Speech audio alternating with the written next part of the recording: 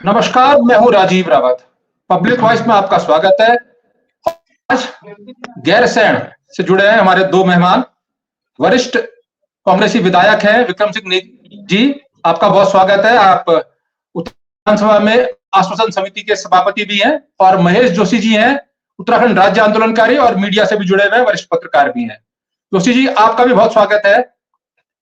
आप लोगों को बधाई कि आप गैरसैंण में हैं और जो ग्रीष्मकालीन राजधानी है उत्तराखंड की।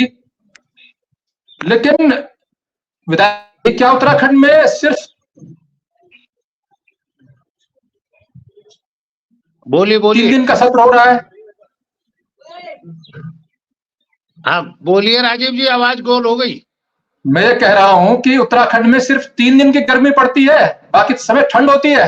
कि 3 दिन वहां गई है, आप लोगों को भी ले गई है कि 3 दिन का सत्र हो रहा है। ग्रीष्मकालीन राजधानी का मतलब 3 दिन। नहीं, ग्रीष्म कहाँ रह गया, अब तो ये मानसून सत्र हो गया। ग्रीष्मकालीन तो इन्होंने देहरादून में निपटा दिया और अब तो चूंकि ये मानसून सत्र आ गया है।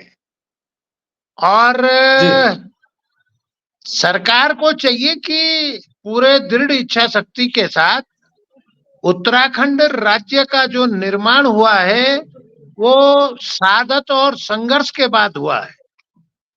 यहाँ आंदोलनकारियों से लेके उत्तराखंड की जनता के सपने हैं और हमारा भी मानना है कि यदि नदी सीधे बहेगी, अगर गैरसैंण में मुख्यमंत्री जी, मंत्री और अधिकारी आएंगे तो यहाँ के घर गांव जो अविकसित क्षेत्र है उनको देखेंगे, उनकी समस्याओं को जानेंगे, उनका समाधान करेंगे।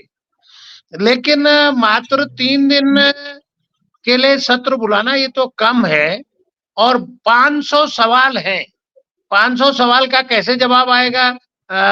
3 दिन, एक दिन तो आज चला गया। आज तो केवल चूंकि दो विधायक आदरणीय शैला दीदी जी और कैलाश गैथोड़ी जी का निधन हुआ, तो आज तो शोक संवेदना में ही चला गया। तो 2 दिन में अनुपूरक बजट भी आएगा।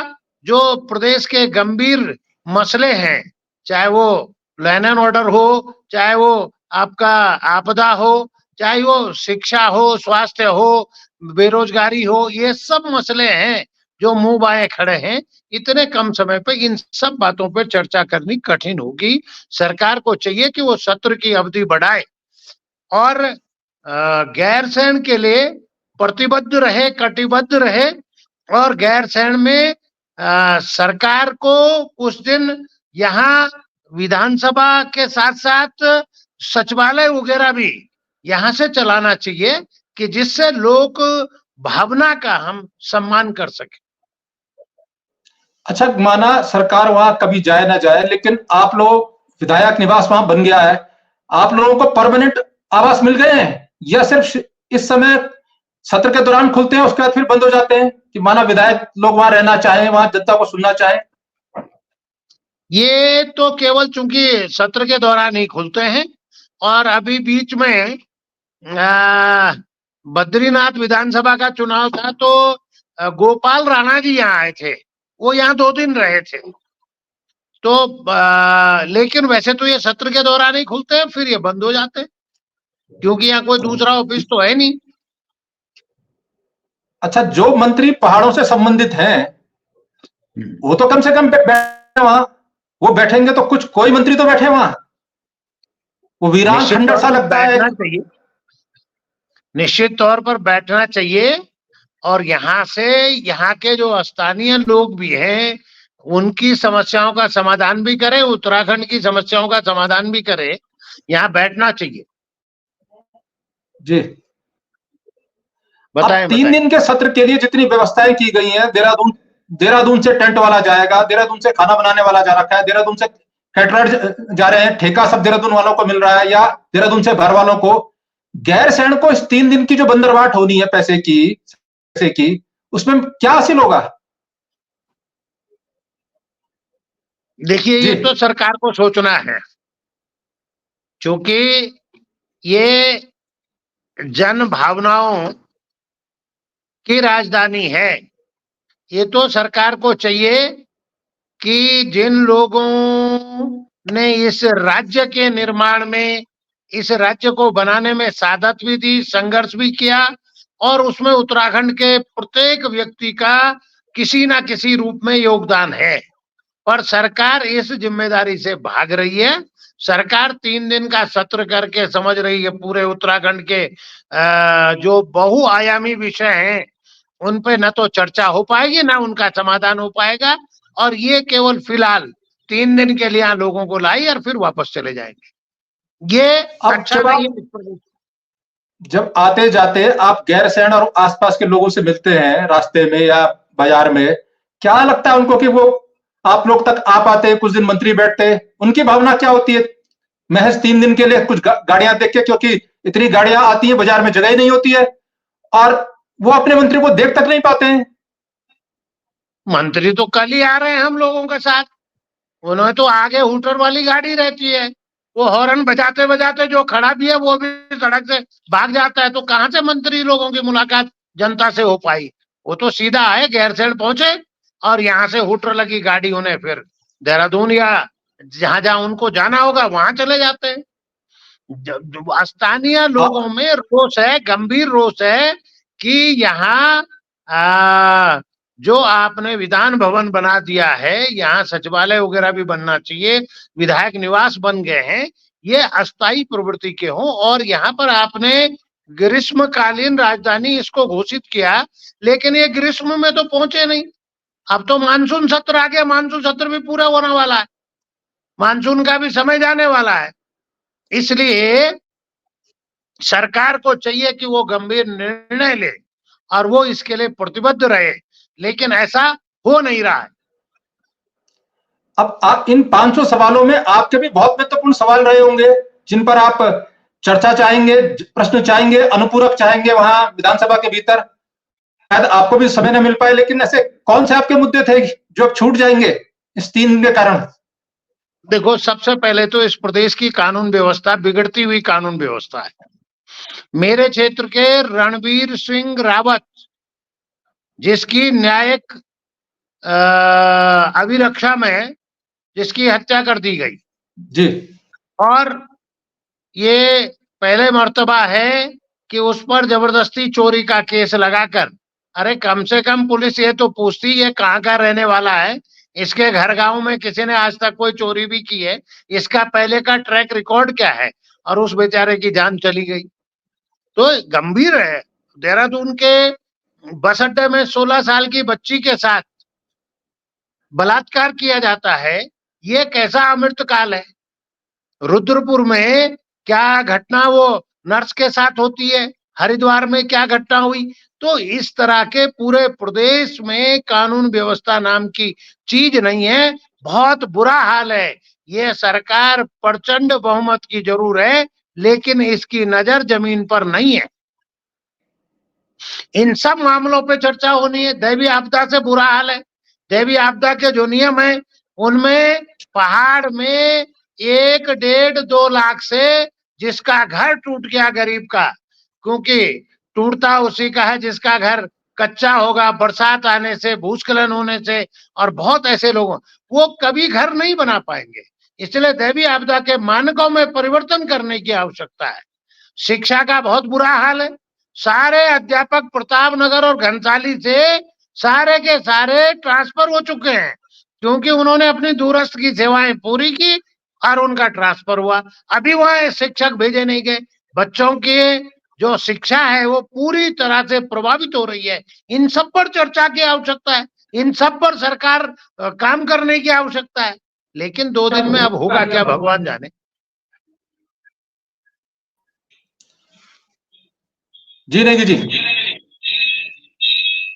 तो मैंने कहा इतने गंभीर विषय है, बेरोजगारों के बुरा हाल है। अब तो यहाँ के फर्जी जो है ओबीसी के सर्टिफिकेट बना के नौकरी पा रहे लोग। सरकार कहाँ है? सरकार क्यों नहीं रोकती इन सब चीजों को? ये तो अत्याचार और अन्याय यहाँ की जनता के साथ हो रहा है। महेश जी भी हमारे साथ जुड़ गए हैं, राज्य आंदोलनकारी हैं। महेश जी, जन भावना क्या है वहां? 3 दिन में 1 दिन तो चला गया लोकसभा में, महज 2 दिन।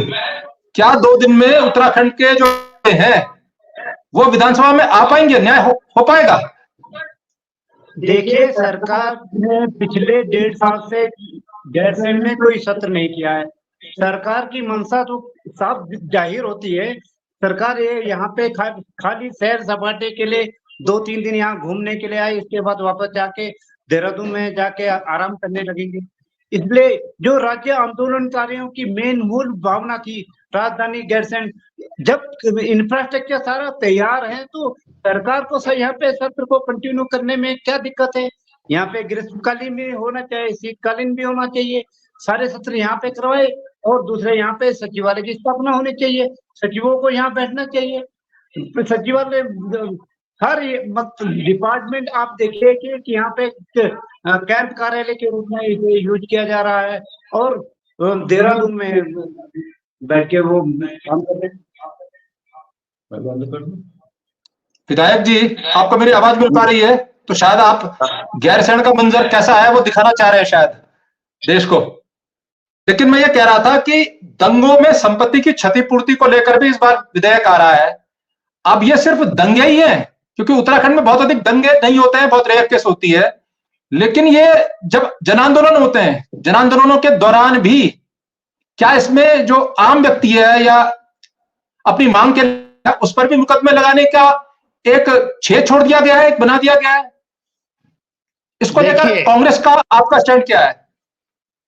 सरकार का जो मैंने कहा कि बड़े बहुमत की सरकार है, उसको उत्तराखंड के विकास, उत्तराखंड के लोगों की जन भावना का आदर, स्वास्थ्य, शिक्षा, बेरोजगारी पर काम करना चाहिए।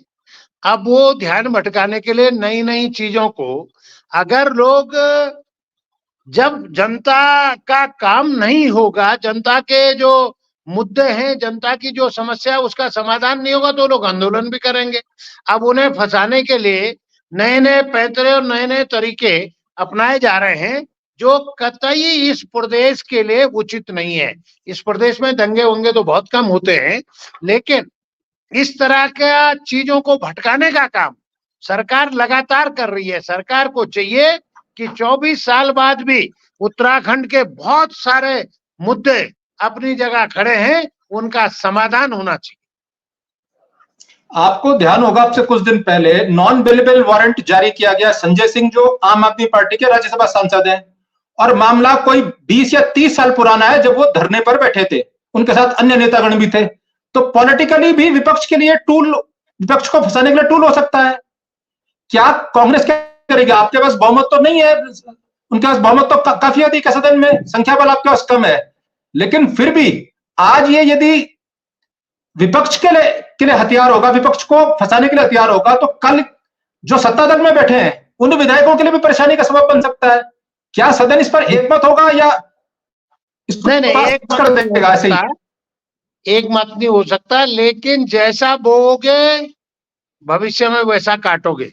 बार बार मत बोलोगे तो जी, इसलिए बिना सोचे समझे, बिना उसके, अगर विपक्षियों को दबाने के लिए ये एक नया हथियार लाया जा रहा है, तो जैसा बोगे वैसा काटोगे। भविष्य में उनके लिए भी ऐसे रास्ता बनेगा। अब अंकिता हत्याकांड को लेकर भी जो उनकी मां ने कुछ खुलासे किए थे, वो जांच उससे आगे नहीं बढ़ी है। जांच वही है जहां जब प्राइमा फेसी जो उन 3 लोगों को अरेस्ट किया था। क्या अंकिता हत्याकांड गूंजेगा सदन में इस बार? लॉ एंड ऑर्डर में तो ये बात आएगी, क्योंकि उसने तो जो क्या आर्या है, जो अभियुक्त है पुलकित आर्या, उन्होंने तो अभी जेलर पे हाथ उठा दिया था, चमोली की जेलर पे। तो उनकी इतनी हिम्मत है कि कौन उनको प्रश्रय दे रहा है, ऐसा तो संभव नहीं है। प्रश्रय तो सरकार का ही मिलता है, और फिर उनको ट्रांसफर कर दिया अल्मोड़ा जेल। कहने का मतलब है, अगर सरकार इसको बचाने का काम नहीं करती, अगर ये अंकिता भंडारी केस में अगर सजा मिल गई होती, तो इस तरह के और जो बहनों के साथ, चाहे वो ISBT देहरादून का मामला हो, चाहे वो हरिद्वार का मामला हो, चाहे वो उधम सिंह नगर रुद्रपुर का मामला हो, अपराधी सर नहीं उठाते। लेकिन जब सरकार की सह मिलती है तो फिर ऐसे अपराध होता रहेगा। उत्तराखंड की माता बहनों और बेटियों के साथ इस तरह का अत्याचार और अन्याय होता रहेगा। अंकिता भंडारी को न्याय मिलना चाहिए। कांग्रेस इसकी हाउस में भी उठाएगी और इसकी लगातार पैरवी करेगी। केदारनाथ को लेकर आप लोग अभी प्रतिष्ठा बचाओ पदयात्रा कर रहे थे। केदारनाथ विषय और केदारनाथ में कथित